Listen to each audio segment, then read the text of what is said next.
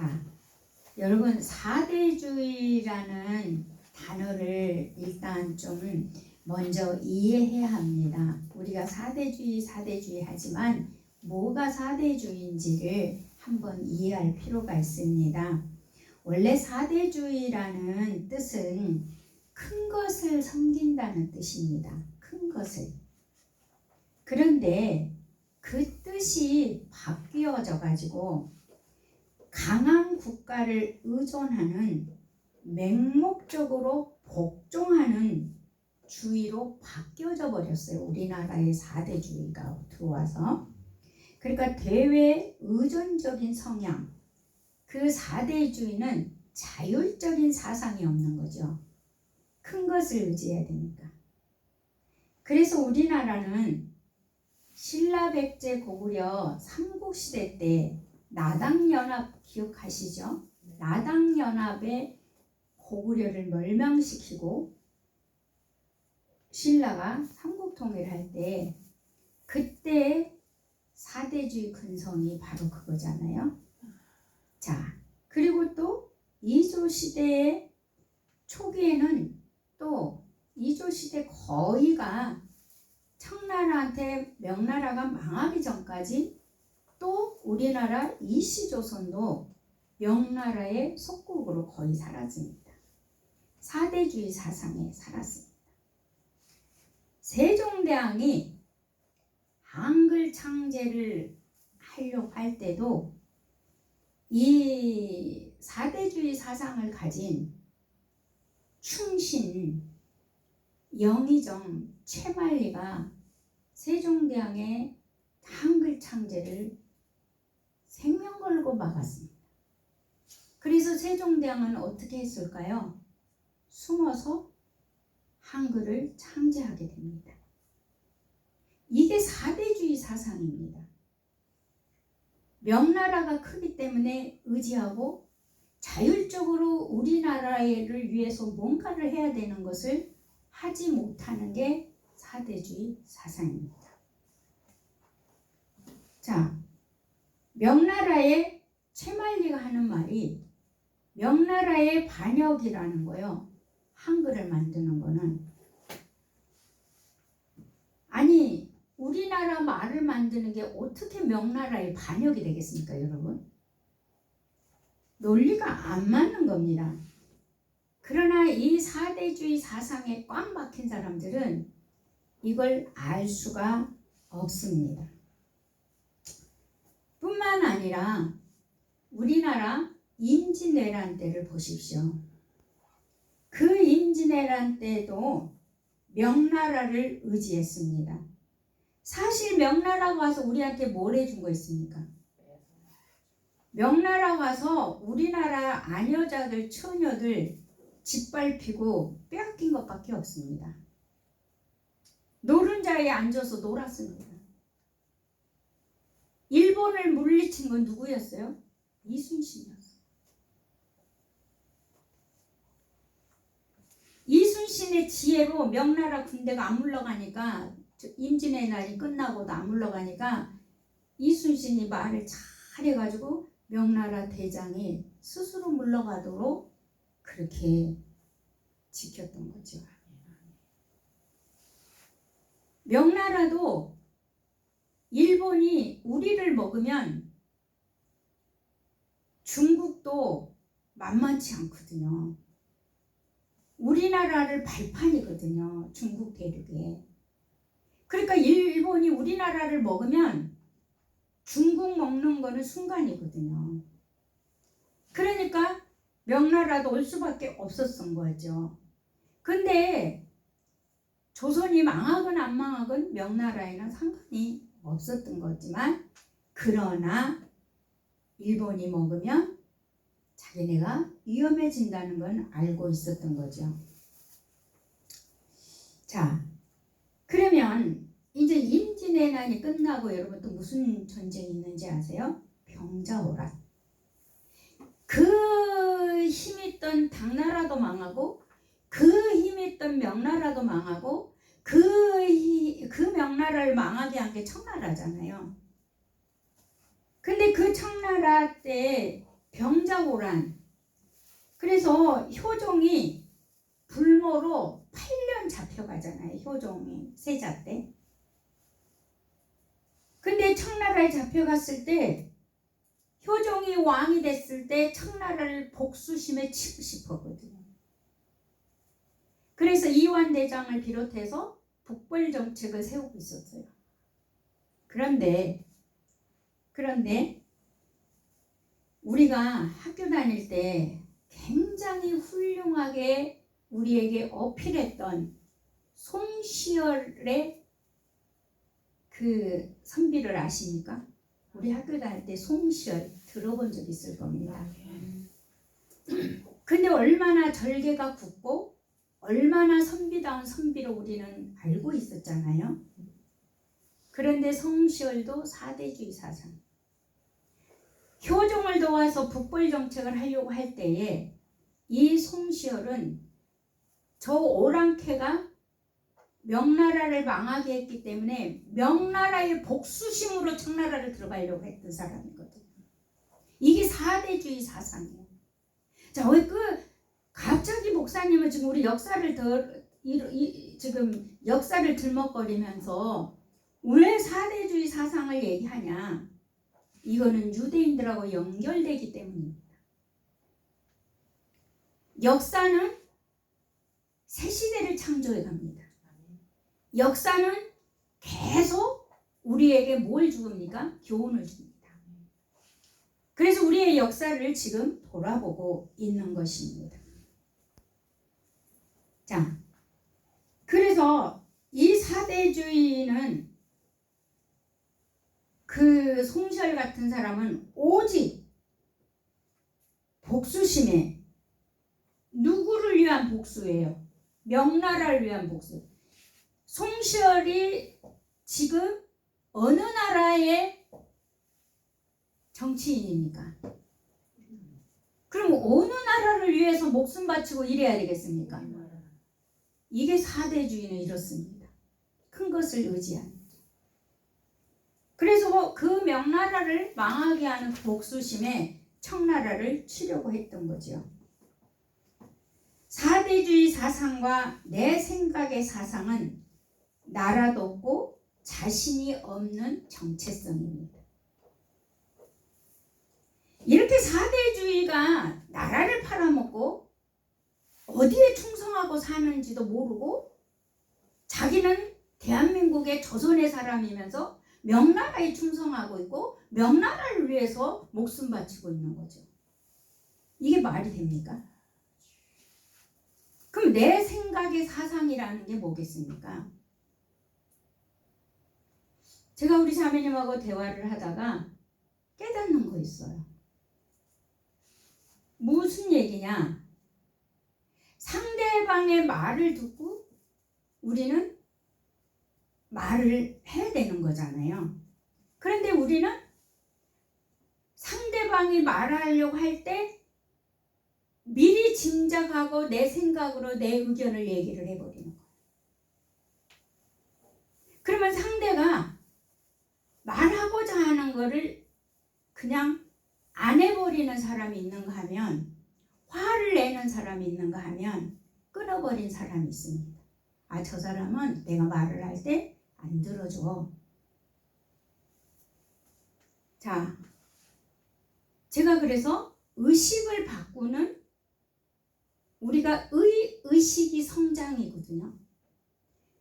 우리가 영적으로 장성한 분량에 이뤄야 된다라고 바울이 말하는 영적 성장은 육신이 성장하는 게 아니에요. 우리는 육신은 다 성장했어요. 의식이 성장하는 거예요.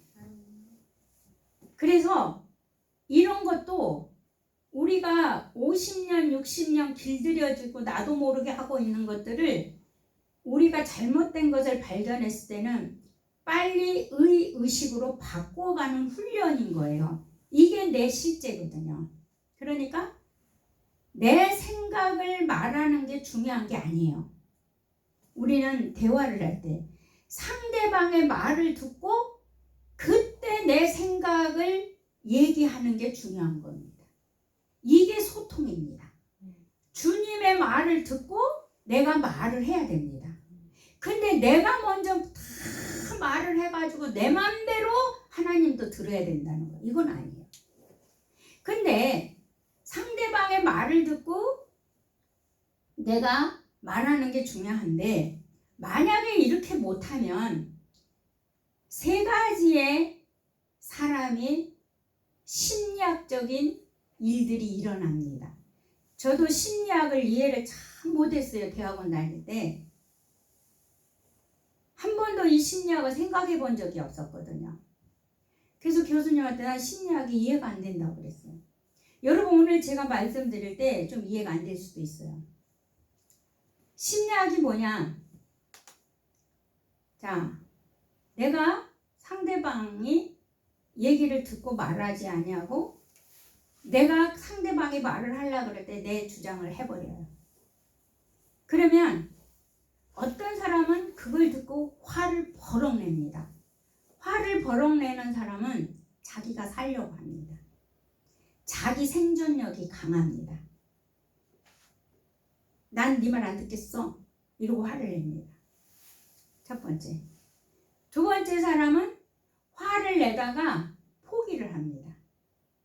저 사람은 화내도 말 안 들어. 그러면서 포기를 하면서 기가 꺾이기 시작합니다. 여러분, 기가 꺾이지면 어떻게 한다고 그러죠? 우리나라 말에 기가 꺾이면 죽는 거예요. 병들어 죽거나 죽는 거거든요. 그러니까 화를 내는 사람은 자기가 살겠다고 화를 내고, 화를 내봐도 소용이 안 되니까 기가 꺾이고, 세 번째는 기가 꺾이니까 죽더라는 거예요. 이게 내 생각의 사상이 이렇게 무섭습니다. 근데 우리가 새로운 피조물이 돼버린 사람은 그거 필요가 없는데, 그 있을 수가 없는데 우리의 습관이 배어들어 있더라는 거죠. 그래서 그거를 우리는 의식으로 내가 상대방의 내 의견을 말하는 게 중요한 게, 내 생각을 말하는 게 중요한 게 아니고 상대방의 말을 듣고 내 생각을 이야기하는 게 중요한 거다. 여러분, 이게 이렇게 돼야 돼. 근데 사상을 가지고 있으면, 내 생각의 사상을 가지고 있으면 내가 아는 척 하려고 하고, 내가 먼저 생각이 팍 돌아간 사상이 있는 사람은 자기도 모르게 영영 1초 만에 입에서 나와버리거든요. 제가 이걸 훈련받을 때 제 입에 오토바이를 달았구나, 용수철이 나오는구나, 어쩌면 오토바이처럼 용수철처럼 튕겨나오고 고속도로로 열려있다고 저는 이렇게 세 가지로 봤습니다. 제 자신에게. 안 해야 할 말을 고속도로 나가, 안 해야 할 말이 용수철처럼 튕겨나가, 안 해야 할 말이 오토바이처럼 달리는 거예요. 자, 하나님의 말씀은 달리면서 뭐 한다고 그러죠? 이룬다요. 이룬다요. 우리가 용수철처럼 내 말을 해버리면 이 말도 사단이 받아가지고 뭐예요? 이룹니다. 그래서 의식이 우리는 성장을 해야 합니다. 네. 그래서 오늘 설교는 조금 여러분 생소하게 제가 준비를 한 거예요. 이 시대의 그 열하일기, 그러니까 박지원의 한문 소설이 옥합야화에 허생전이라는 게 나와요. 근데 일주일 내내 제 마음에 이 허생전이 떠나지를 않는 거예요. 근데 이 허생은 부모 슬하에 15년을 글을 읽었고 장가 가서 16년을 글을 읽었습니다. 도합 몇 년입니까? 31년. 예. 31년 동안 글만 읽고 돈벌이 하나, 일원 하나 안 갖다 준 남편을 바가지 긁습니다. 어느 날 부인이. 당신은 장원급제라도 좀 하든가 하지 맨날 글만 보냐고. 그리고 아내가 이 책을 빼앗아 버린 거예요. 그러니까 이 허생원이 에이 바람이나 쐬러 가자. 그리고는 그날로 집을 나옵니다. 나와서 변진사라는 부잣집에 갑니다. 허생원이 변진사 부잣집. 근데 원래 부잣집은 그 종이 고난이 있습니다. 변진사를 만나게 해주냐 안 만나게 해주냐. 마음에 안 들면 못 가게 해줍니다. 근데 이 허생원은 책을 31년 읽었잖아요. 이 종이 말 한마디 거절 못하고 진사에게 인도를 합니다. 그래서 그 진사를 만나서 어쩐 일로 나를 만나자 하오. 내가 긴히 드릴 말씀이 있습니다. 그런데 나한테 돈 10,000냥을 빌려주시오. 그러면 내가 20,000냥으로 갚으리라. 근데 이 변진사가 생각에 둘 중에 하나인 거예요. 하나는 사기꾼이던가 하나는 10,000냥을 빌려다 생면부지의 사람에게 10,000냥을 빌려달라는 거는 비겁한 사람이던가 둘 중 하나다. 그런데 내가 보아하니 이 사람은 사기꾼은 아닌 것 같고 내가 도박을 해보자. 이 사람에게 10,000냥을 빌려주자. 그래서 변진사가 10,000냥을 빌려줍니다. 그 10,000냥을 가지고 허생원이 이렇게 얘기합니다. 100냥은 저기 허생원 집에 보내고 9,900냥은 저기 안성의 김선달한테 보내주시오 그랬어요. 허생원이가 그거 갖고 갈 수가 없잖아요. 그리고는 허생원이가 그렇게 돈을 이제 변진사가 이렇게 보내고 이제 허생원은 두 시간을 걸러서 한양에서 안성까지 걸어갑니다. 여러분 안성은 과거에는요 서울에서 먹어야 할 과일이 전부 어디서 올라와요? 안성에서 올라옵니다. 그런데 이 허생원이 안성에 가가지고 가을 과일을 몽땅 11월까지 다 사드립니다. 그러니까는 김선달은 장사꾼이었는데 막 과일이 썩어가니까 얘가 타는 거예요. 허생원이 과일이 다 썩어가는데 왜 사기만 합니까? 안 팔고. 그러니까 이제 허생원이 머슴 하나를 놓아줬다가 종이었던 게 놓아줬다가 길거리에 만나가지고 데리고 간 그 머슴이 썩은 과일 골라내느라고 하루 종일 그 일만 합니다. 그래 이제 12월이 됐어요. 겨울이 됐어요. 자, 양반들은 뭐를 해야 됩니까? 제사. 우리나라 4대주의 양반들은 가장 중요한 게 뭡니까? 6.25 사상의 제사잖아요. 제사에 뭐가 올라가요? 과일. 과일이 저기 김선달이 가지고 있단다. 그리고 서울 한양에서 막 오는 거예요. 2배 드릴게요. 3배 드릴게요. 4배 드릴게요. 5배. 그래도 허생원이 팔지 말라 그래.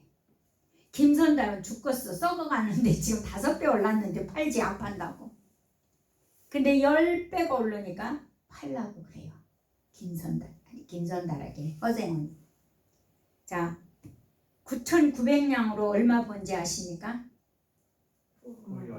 100,000냥. 자, 이 100,000냥을 벌어서 20,000냥은 누구한테 줘요? 변진사. 변진사한테 갚고 80,000냥을 가지고 전국의 떠돌이의 인생들, 양민들, 농사꾼들 4,000명을 모읍니다. 그래서 전라북도 강경에서 제주도로 이주를 시킵니다. 근데 거기서 배를 50척을 사서 쌀 사고 농기구 사고 가축 사고 뭐 이런 거 다 사고 사람 4,000명, 4,500명인가 태우고 제주도에 가서 3년 3년 동안 이 사람들이 농사지어서 먹고 사는 훈련을 시킵니다. 그리고 3년 만에 허생원은 다시 돌아옵니다. 근데 제가 여기까지 주일 금요일 날 설교를 했었어요. 그랬더니 우리 교인들의 질문이 무슨 얘기인지 아십니까? 목사님, 허생원 부인은 어떻게 됐습니까? 가장 궁금한 게 허생원 부인의 삶이었다는 거죠. 그 허생원 부인은 변진사가 비범한 사람, 3개월 만에 10,000냥을 20,000냥으로 이자를 10,000냥을 갚은 이 비범한 사람을 허생원이 돌아왔나 하고 가서 보니 허생원은 강간무소식이고 고씨 여자 혼자 밥 먹고 사는 거예요. 그래서 변진사가 도와주려고 하니까 우리 선비님이 알면은 난리 난다고 안 받는 거예요. 근데 허생원이 나한테 부탁을 했다고 하면서 종에게 식량을 안 죽을 만큼 갖다 줍니다. 그러니까 허생원 부인도 허생원 닮았잖아요. 그래서 먹고 살게 됩니다. 그런데 이 변진사가 허생원하고 교제를 하고 싶어서 종을 데리고 열흘에 한 번씩 꼬박꼬박 옵니다. 허생원 집에. 근데 3년 만에 기양합니다. 와서 대화를 하게 되죠.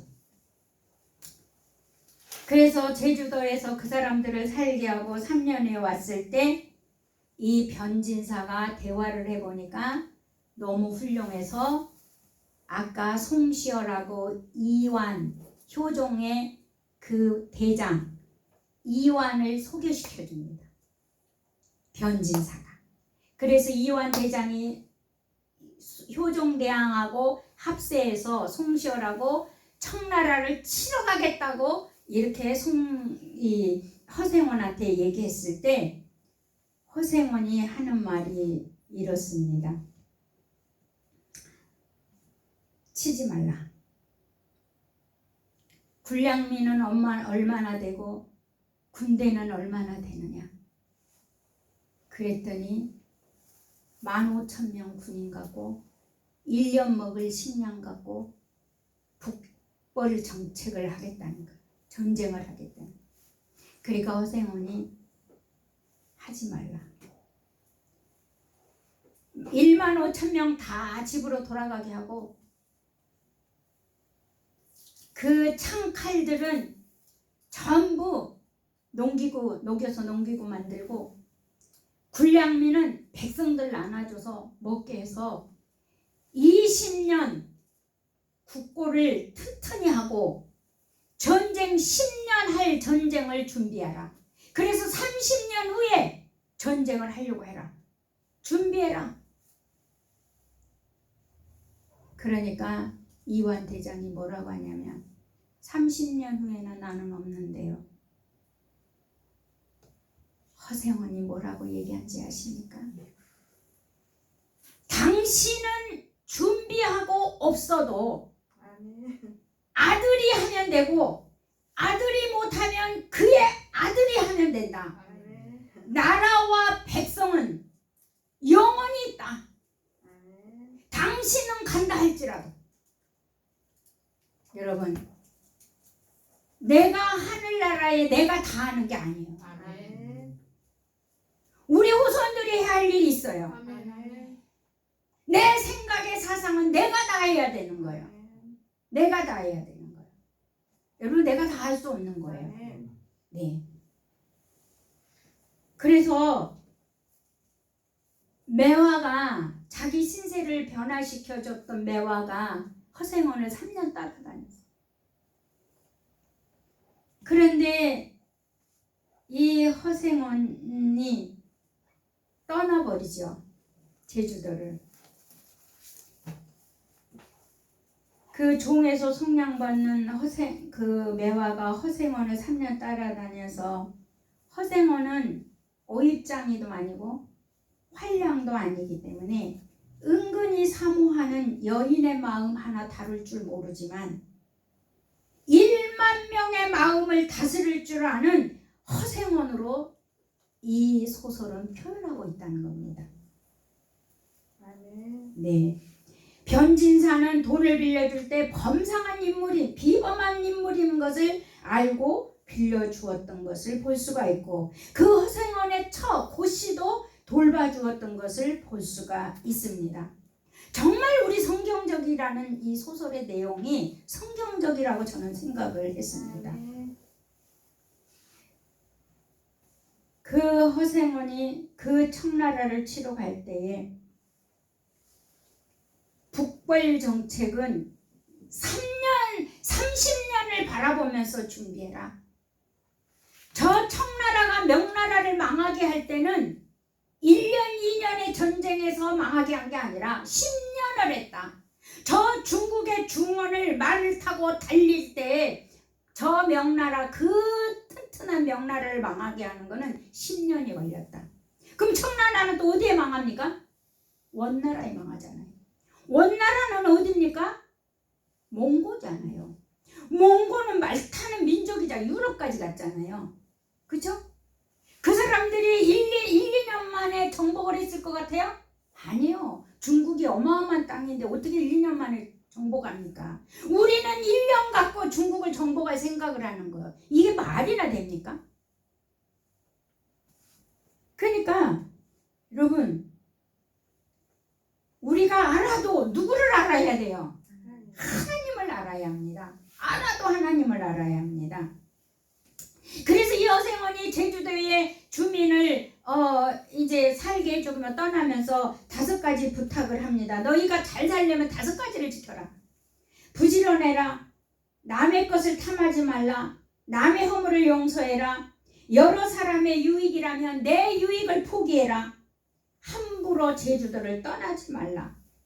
야, 이 4가지는 보면 뭐가 있어요? 성경의 10계명이에요. 너무 성경적이라는 것을 깜짝 저는 놀랐습니다. 바로 이제 오늘 본문으로 또 돌아가 보겠습니다. 오늘 본문이 내가 하는 것 자들은 지금 내가 하는 자들이 유대 지도자들, 관리들, 장로들, 서기관들, 제사장들, 바로 이 사대주의 사상이요. 자기 생각의 사상에 잡혀 예수님을 십자가에 죽이고 또 베드로와 요한을 사역까지 뭐 하려고 합니까? 막으려고 합니다. 사도행전 3장에서 베드로와 요한이 누구를 일으킵니까? 안진뱅이를 일으킵니다. 그 안진뱅이를 일으키니까 이 서기관들, 장로들, 이 지도자들이 지금 베드로와 요한에게 지금 말하고 있는 그 부분입니다. 한번 보십시다. 시작. 이튿날 관리들과 장로들과 서기관들이 예루살렘에 모였는데 대제사장 안나스와 가야바와 요한과 알렉산더와 및 대제사장의 문중이 다 참여하여 저 장로들 모선 지도자들 다 나와가지고 지금 뭐라고 합니까? 베드로한테 왜 이제 그런 일을 하냐고 이제 그러니까 베드로가 뭐냐면 예수 그리스도의 능력, 예수 이름에는 이런 변화의 삶이 있다는 것을 지금 주장하고 있거든요. 안진뱅이를 통하여서 그 이제 능력이 이제 베드로가 도망갔던 베드로고 부인했던 베드로고 숨었던 베드로였어요. 그런데 이제는 부활의 생명을 만나갖고 담대히 대놓고 얘기하고 있거든요. 그 담대히 이제 그들에게 이 부활 생명으로 증거를 할 때 더욱더 이제 능력이 나타나기 시작하니까 이게 이제 이 제사장들과 지도자들은 백성들을 잃어버릴까 두려운 거예요. 자기들을 향한 백성들의 충성과 인정, 존경이 없어질까봐 두려워진 거죠. 그리고 또 자기 자신들의 지위와 권위와 생계가 없어져 버릴까봐, 또 백성들이 자기들의 교리가 틀렸다고 할까봐 겁난 거고, 그리고 또 가장 중요한 건 예수님을 십자가에 못 박아 죽인 것이 잘못이었다는 것이 들통날까봐 두려워서 지금 베드로와 요한을 뭐 하려고 그러는 거죠? 싹을 자르려고 하는 거지만 지금 오늘 베드로는 7, 8절 가보세요. 7절 8절 시작. 사도들 가운데 세우고 묻되 너희가 무슨 권세와 누구의 이름으로 일을 행하였나 계속 질문하죠. 그랬대. 8절 시작. 이에 베드로가 성령이 충만하여 이르되 백성의 관리들과 장로들아 성령이 충만해가지고 지금 이 관리들 장로들에게 뭐합니까? 할 말 다 하고 있습니다. 에? 자, 종교적인 삶을 추구하는 자들아 보아라. 에? 너희가 백성들의 승인을 얻어서 너희의 소유나 탐내고 주위나 높은 자리에 앉아있고 백성들의 존경을 받고 권위에서 부를 갖고 누리고 있고 백성들을 인정받아서 권력을 휘두르고 있는 너희들은 보아라 이거거든요. 지금 베드로가. 예. 그러면서 관리들, 서기관들, 제사장들에게 담대히 말하는 건 바로 뭐냐? 하나님이 베드로와 요한에게 성령을 무장시켜줬다는 거예요. 그래서 이 성령의 충만함으로 담대히 말하고 있는 거죠. 자, 9절부터 11절 시작.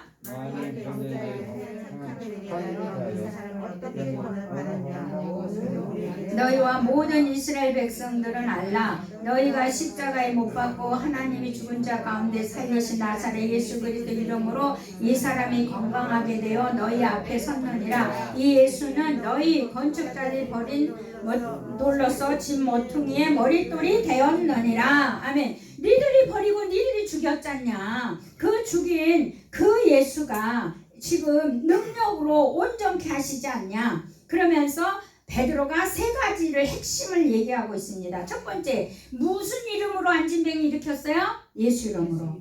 아멘. 안진뱅이를 온전한 능력 예수 이름으로.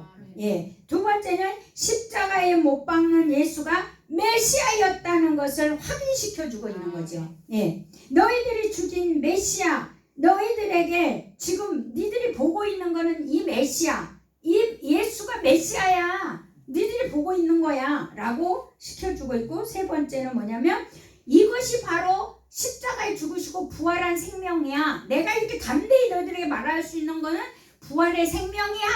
이렇게 베드로가 말씀을 선포하고 있는 것을 볼 수가 있습니다. 12절 시작. 다른 이로서는 구원을 받을 수 없나니 천하 사람 중에 구원을 받을 만한 다른 이름을 우리에게 주신 일이 없음이라 하였더라. 아멘. 그러니까 베드로가 요한은 유일한 구원은 예수 그리스도야. 니들의 사상이나 유대주의 사상, 사대주의 사상, 니들의 사상 절대 구원받을 수 없어. 이 얘기거든요.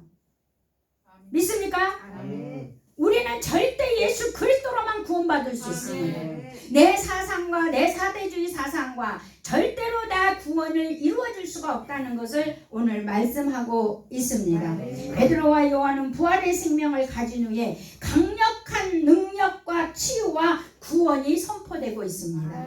오늘날 이 능력의 강력한 부활의 생명이 누구에게 있습니까? 나에게 있습니다. 여러분, 베드로와 요한처럼 강력하게 부활의 생명을 선포하시고 구원을 이루어가는 자가 되시기를 예수 이름으로 축복합니다. 기도하겠습니다. 우리 통성으로 함께 기도하도록 하겠습니다.